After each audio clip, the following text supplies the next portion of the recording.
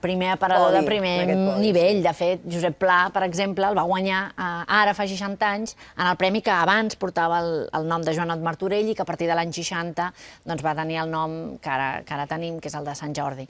Ell ho va fer amb una novel·la que no és una novel·la, o la seva problemàtica, perquè Josep Pla el va guanyar amb un jurat il·lustre.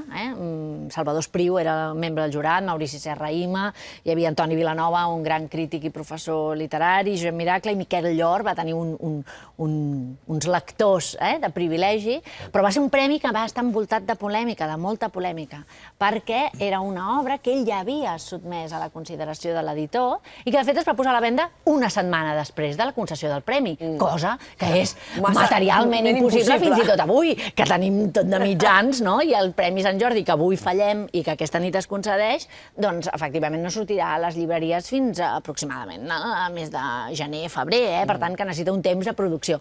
Vol dir que ja hi havia la intenció de publicar-ho, però això va generar la polèmica sobre la concessió dels premis. Totes les sospites sobre els premis van començar aquí. Jo crec que segurament sí, i en pla de protagonista. El Carrer Estret, no sé vosaltres, però també era el llibre de lectura obligatòria, en aquest cas a la meva escola. Vosaltres també el voten, no? No. Bueno, el Carrer Estret és una novel·la que...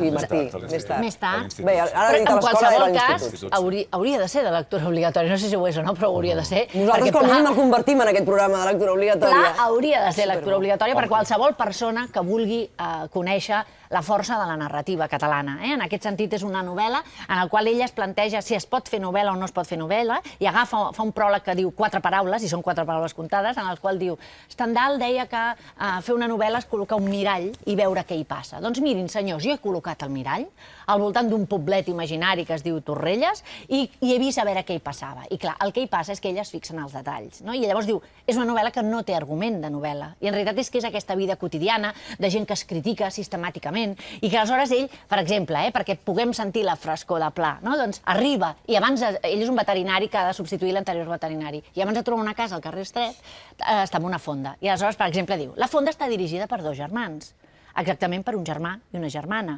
persones madures, d'una certa edat, amb aquesta curiosa característica, la tendència que tenen a tractar a tothom amb la màxima consideració, menys els seus clients, que dius, home, si són els que estan a la fonda, doncs imagina't. El carrer Estret és ple de tota aquesta riquesa descriptiva de Pla, i jo crec que és una de les lectures que cal conèixer, llegir, perquè a vegades es coneix molt el Pla del Quadern Gris, i jo crec que s'ha de fer una reivindicació també del carrer Estret. Jo reivindico sempre el carrer Estret. Nosaltres també